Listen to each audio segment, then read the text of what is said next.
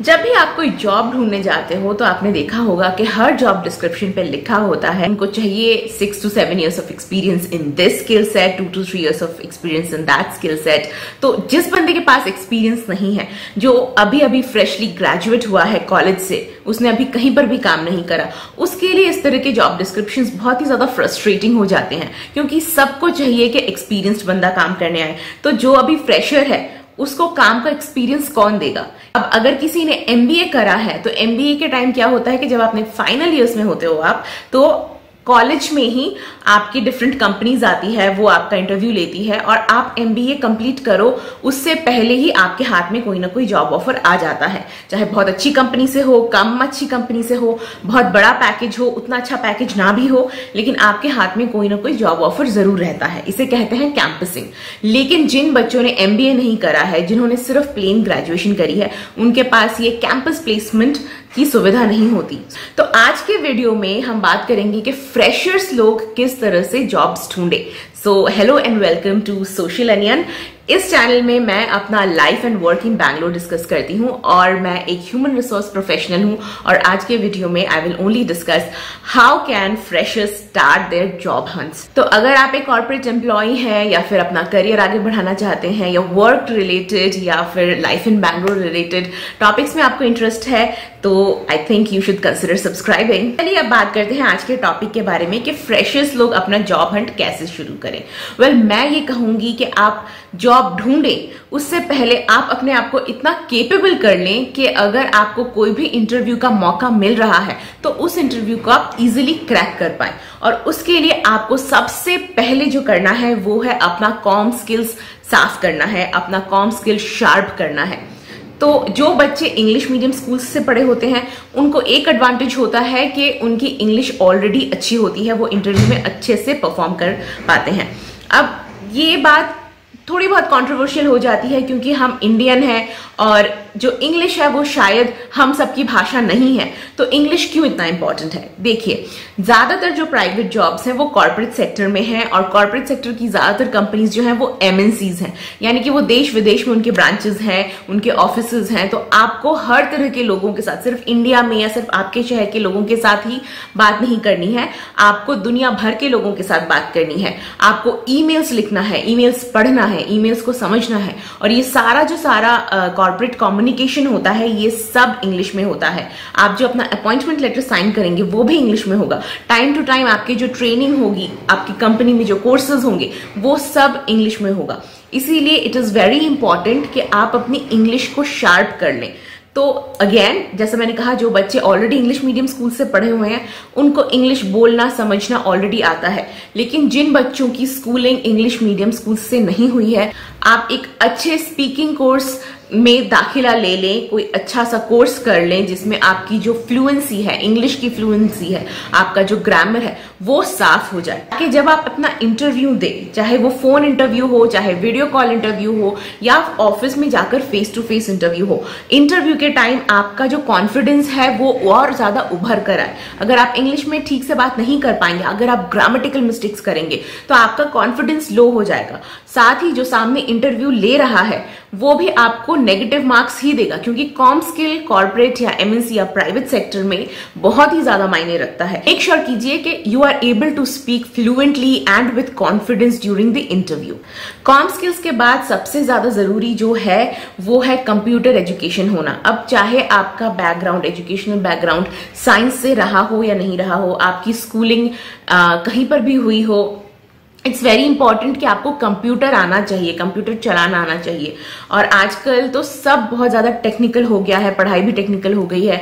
तो मैं यही उम्मीद करती हूँ कि सब बच्चों को बेसिक कंप्यूटर्स आते होंगे। लेकिन अगर आपकी स्कूलिंग ऐसी जगह से नहीं हुई है जहां पे आपका कंप्यूटर में आपको पढ़ाया जाता था, तो मैं ये रिकमेंड करूंगी कि आप एक कंप्यूटर कोर्स जरूर कर लें। एक वर्ड फाइल में कैसे काम किया जाता है, एक्सेल फाइल्स में कैसे काम किया जाता है, एक्सेल फॉर्मूलाज कैसे बनाए जाते हैं, पिवट टेबल क्या होता है, आप प्रेजेंटेशंस, पावर पॉइंट प्रेजेंटेशंस कैसे बना सकते हैं, ये सब अच्छे से सीख लीजिए किसी अच्छे से कंप्यूटर इंस्टीट्यूट में जाके। अगर आप ऐसे किसी कंप्यूटर इंस्टीट्यूट में जाके ये सीखते हैं जहां पे आपको कोई सर्टिफिकेशन देता है तो इट इज इवन बेटर। अपने रेज्यूमे में सर्टिफिकेशन का नाम जरूर लिखिएगा। तो सबसे पहले हमने अपनी कॉम स्किल ठीक की, फिर हमने अपना कंप्यूटर नॉलेज बढ़ाया। Now what is the third thing that we want? Well, the third thing that we want is a good resume. Resume का मतलब सीवी या बायोडेटा भी होता है, लेकिन आजकल की दुनिया में कोई सीवी ज्यादा नहीं बोलता, रेज्यूमे ही बोलता है। क्योंकि आप फ्रेशर हो और आपके रेज्यूमे में आपको ज्यादा कुछ एक्सपीरियंस नहीं लिखना है, इसीलिए जितना भी आप लिखोगे उसी को बहुत ज्यादा डिटेल में लिखना है। आप शुरू करोगे कि आपका नाम क्या है, पापा का नाम क्या है, आपका एड्रेस क्या है, आपका फोन नंबर, आपका ईमेल आईडी। उसके नीचे आप अपना एजुकेशनल डिटेल्स दोगे। एजुकेशनल डिटेल्स को भी आप ऐसे दोगे कि क्लास 10 से आप शुरू करोगे, क्लास 10 आपने पास किया, किस स्कूल से पास किया, उसका सिटी कौन सा था, शहर या विलेज कौन सा था, और किस साल में आपने क्लास 10 पास किया। वैसे ही क्लास 12 के भी बारे में लिखोगे, क्लास 12 आपने पास करा, किस स्कूल से पास करा, फिर आप लिखोगे किस सिटी में वो स्कूल था, और फिर आप लिखोगे कि आपने किस साल में पास किया। सेकंड, आप अपना ग्रेजुएशन का लिखोगे। ग्रेजुएशन आपने कहाँ से करा, किस साल आपने ग्रेजुएशन करा। अगर आपने ग्रेजुएशन किसी वन पर्टिकुलर सब्जेक्ट में करा है, इंग्लिश ऑनर्स या फिर ज्योग्राफी ऑनर्स, इस तरह के किसी एक सब्जेक्ट में ऑनर्स करा है, तो वो भी आप लिखोगे और उसके बाद अपना साल लिखोगे। और अगर आपके मार्क्स अच्छे हैं तो मैं ये रिकमेंड करूंगी कि अपने मार्क्स भी लिखो, लेकिन अगर आपके मार्क्स अच्छे नहीं हैं तो फिर आपको अपने मार्क्स लिखने की जरूरत नहीं है। देखिए, रेज्यूमे का मेन मुद्दा होता है कि हम सामने वाले को इम्प्रेस करें। तो हमारे बारे में जो चीज इंप्रेसिव है वो हम सामने वाले को देंगे, जो चीज इंप्रेसिव नहीं है वो हम नहीं देंगे। नीचे आप अपना साइन कर दोगे एंड दैट इज इट। हाँ, अगर आपके पास कोई सर्टिफिकेशन है तो उसका सर्टिफिकेशन का भी आप डिटेल लिख सकते हो, और उस डिटेल को आप लिखोगे अपने एजुकेशन के नीचे। बस दैट इज योर रेज्यूमे। और अपने रेज्यूमे को जितना सिंपल रख सके उतना ही बेटर है। ये हो गया हमारा नंबर 3 मेन चीज जो था, वो था रेज्यूमे। अब आपको इस रेज्यूमे से क्या करना है? अभी आपको इस रेज्यूमे से अपना प्रोफाइल बनाना है। तो सबसे पहले आप जो करेंगे वो है आप naukri.com, monster.com और LinkedIn में अपने प्रोफाइल्स बनाएंगे। मॉन्स्टर और नौकरी थोड़ी डिफरेंट टाइप की वेबसाइट है और LinkedIn एक अलग तरह की वेबसाइट है, और आप इन तीनों वेबसाइट्स में से ही अपने लिए जॉब ढूंढ सकते हैं। And I tell you how. सबसे पहले बात करते हैं नौकरी और मॉन्स्टर की। नौकरी और मॉन्स्टर जो है वो प्योरली नौकरी ढूंढने का एक वेबसाइट है। इसमें आप अपना रेज्यूमे डालते हो, आप अपना डिटेल्स डालते हो, और सामने कंपनी का एचआर अगर आपके तरह का कोई कैंडिडेट ढूंढ रहा है तो वो अपना सर्च रन करता है और आपका रेज्यूमे उसके सामने आता है, तो वो फिर आपको डायरेक्टली कॉल करता है। Second thing what you can do is, नौकरी या मॉन्स्टर में आप खुद जॉब सर्च कर सकते हो। जहां पर भी आपको अपनी पसंदीदा जॉब मिल जाती है, या फिर ऐसी कोई जॉब दिखती है जहां पे आपको लगे कि आप अप्लाई करके शायद वो इंटरव्यू क्रैक कर सकते हो, तो वहां पे आप डायरेक्टली अप्लाई कर सकते हो। लिंक्डइन क्या है? जैसे आपका फेसबुक है वैसे ही लिंक्डइन भी है। वहां पे आप कोई ऊट पटांग चीज नहीं लिख सकते, क्योंकि आपका वो प्रोफेशनल प्रोफाइल है और आप उसमें अपने आप को जिस तरह से प्रेजेंट करते हो, सामने की कंपनी वाला एचआर या कोई भी जो आपकी इंटरव्यू लेगा वो वैसा ही आपका पर्सनालिटी देखेगा। तो आपको लिंक्डइन में अपनी पर्सनालिटी बहुत ही साफ सुथरी रखनी है।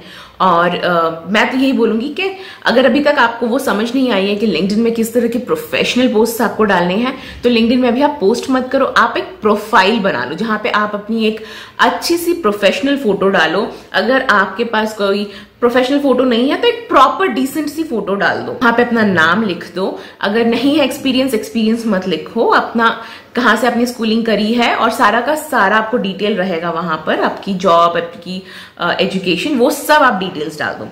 उसके बाद what you can do is, आप वहां से भी जॉब सर्च कर सकते हो, या फिर लिंक्डइन में आप अलग अलग कंपनीज के एचआर्स के साथ कनेक्ट कर सकते हो, और अगर वो आपका कनेक्ट रिक्वेस्ट एक्सेप्ट कर लेते हैं तो फिर आप उन्हें डायरेक्टली एक हाई नोट भेज के आप उनको अपना रिज्यूमे भेज सकते हो। This is what you can do. Secondly, coming back to Naukri and Monster, आप नौकरी या मॉन्स्टर में जाके आप जॉब्स पे जाके सर्च कर सकते हो, अपना आप एक्सपीरियंस लिख देना 0 to 6 months, और फिर जो भी आपका एरिया ऑफ इंटरेस्ट है वो डालना, और फिर देखना कि जॉब्स में किस तरह के जॉब्स आपको मिलते हैं, एंड अकॉर्डिंगली आप डायरेक्टली अप्लाई कर देना। जब आप अप्लाई करोगे तो आपका रेज्यूमे जो है वो जिसने भी जॉब पोस्ट की है, फॉर एग्जाम्पल जैसे मैं एचआर हूं, मुझे मेरी कंपनी में एक एक सोचिए कैशियर चाहिए, तो मैंने कैशियर के लिए जॉब पोस्ट डाली है। तो अगर आप उस वाले जॉब पे अप्लाई करोगे तो आप अप्लाई बटन हिट करते हो और आपका रेज्यूमे वो डायरेक्टली मेरे इनबॉक्स में आ जाता है। So this is how you can. और मॉन्स्टर का भी वो सेम किस्सा है। तो मॉन्स्टर और नौकरी डायरेक्ट आपको जॉब मिल जाएगा, आप डायरेक्ट जाके अप्लाई कर सकते हो और आप लिंक्डइन में कनेक्ट करके एचआर के साथ फिर अपना रिज्यूमे भेज सकते हो। अभी आप जॉब ढूंढो तो मेक श्योर कि आप लिख रहे हो कि फ्रेशर या अप्रेंटिस, यानी कि एज अ फ्रेशर जॉब ढूंढिए या फिर अप्रेंटिस वाले जॉब ढूंढिए, अप्रेंटिसशिप ढूंढिए। तो फिर इट्स ईजियर कि आपका जो प्रोफाइल है वो शॉर्टलिस्ट होगा, क्योंकि जो कंपनी ऑलरेडी एक्सपीरियंस्ड लोग ढूंढ रही है वो ऑब्वियसली आपका रेज्यूमे देख के आपको नहीं बुलाएगी। कंपनी ऑलरेडी फ्रेशर या अप्रेंटिस ढूंढ रही है, वही आपका रेज्यूमे देखकर आपको बुलाएगी। तो फ्रेशर वाले जॉब ढूंढिए या अप्रेंटिस वाले जॉब ढूंढिए। फ्रेशर और अप्रेंटिस के लिए जिस एरिया में हमेशा जॉब अवेलेबल रहता है वो है BPO, human resources, customer service, sales और बैंकिंग भी। बैंकिंग में भी काफी फ्रेशर और अप्रेंटिस लिए जाते हैं। अगर आपको ऐसा लग रहा है कि आप किसी एक स्पेशलाइज्ड फील्ड में जाना चाहते हैं, जैसे आईटी में जाना चाहते हैं या फाइनेंस में जाना चाहते हैं, तो ये जरूरी है कि आपके पास एक प्रोफेशनल डिग्री हो उस एरिया की या उस डोमेन की। अगर आपके पास कोई प्रोफेशनल डिग्री नहीं है, आप बस अपना करियर शुरू करना चाहते हैं, तो आप BPO, HR, banking, customer service, sales से अपना करियर शुरू कर सकते हैं। उसके बाद मैं बोलूंगी कि एटलीस्ट 2 साल आप उस पोजीशन में बिताएं और 2 साल के बाद कंपनीज में ही इंटरनल मूवमेंट्स होते हैं जहां पे आप इंटरनल एग्जाम्स देके या इंटरव्यूज देके दूसरे डिपार्टमेंट में मूव कर सकते हैं। और I think in the early 2000s मैंने अपने कई फ्रेंड्स को देखे थे जो कि बीकॉम या बीएससी की ही डिग्री लेके पास हुए थे। उन्होंने विप्रो का जो बीपीओ था, विप्रो के बीपीओ में उन्होंने ज्वाइन करा या फिर एचएसबीसी के बीपीओ में ज्वाइन करा। 2-3 साल उन्होंने बीपीओ में काम करा, कॉल्स लिए और 2-3 साल बाद आईजेपी लेके जो विप्रो वाले थे मैंने उन्हें देखा है वो आईटी में मूव हो गए, और जो एचएसबीसी वाले थे मैंने उन्हें भी देखा है कि वो प्योर फाइनेंस डोमेन में आ गए और उन्होंने काफी तरक्की की है। मैं यही भी बोलूंगी कि फर्स्ट जॉब जब आपको मिलती है तब आप पैसे को लेके ज्यादा मतलब चूजी मत हो। ये मत सोचो कि मुझे बहुत बड़ी पैकेज वाली जॉब चाहिए। अगर आपके पास 3-4 ऑफर है then you can play with it और जो सबसे बेस्ट ऑफर है आप वो ले सकते हो। लेकिन अगर आपके पास कोई ऑफर नहीं है तो जो आता है उसी को सर झुका के एक्सेप्ट कर लीजिए। एज अ फ्रेशर, जैसा मैंने कहा कि अगर आप एज अ फ्रेशर ज्वाइन कर रहे हैं या अप्रेंटिसशिप में ज्वाइन कर रहे हैं, customer service, BPO, banking, HR, sales, इस तरह के रोल्स में जा रहे हैं, तो आपकी जो फर्स्ट सैलरी होगी वो होगी मंथली 20,000 to 30,000। ज्यादा नहीं होगी, इसी रेंज में होगी। जो आपको बहुत बड़े बड़े सपने दिखा रहे हैं उन सपनों से निकलो। मैं आपको प्रैक्टिकल बात बोलती हूँ क्योंकि मैं रोज ऐसे ऑफर्स निकालती हूँ। तो 20 से 30 हजार रुपए की नौकरी एक्सेप्ट कर लो, उस जॉब में 2 साल रहो, मेहनत से काम करो और फिर उस एक्सपीरियंस को यूज करके फिर आप इधर उधर जा सकते हो। My last tip for today is अपने आप को बहुत ज्यादा प्रोफेशनल रखना है। अगर आपको जॉब मिल जाती है as a fresher, if you get your first job, then first of all congratulation. Secondly, अभी आप भूल जाओ कि आपकी एज कितनी कम है। अभी आपको फ्रेश आउट ऑफ कॉलेज वाला जो माइंडसेट है उससे निकल जाना है, because now you are a professional. आपकी एक जॉब है और आपके उठने, बैठने, चलने, खाने पीने, बोलने के तरीके से, लिखने के तरीके से लगना चाहिए कि आप एक प्रोफेशनल हो। तो कपड़े पहनने से शुरू करके आप ऑफिस में किससे किस तरह से बात कर रहे हो, everything should have a professional air about it. अगर आप एक मेल हो तो फीमेल कलीग से आपको कैसे बात करनी है वो आप समझ लो। आप कई तरह के हंसी मजाक में हम कुछ बोल देते हैं जो कॉलेज लाइफ तक ठीक है, लेकिन वो चीजें प्रोफेशनल जगह पे सही नहीं लगती, तो वो थोड़ा सोच के आप बात करो।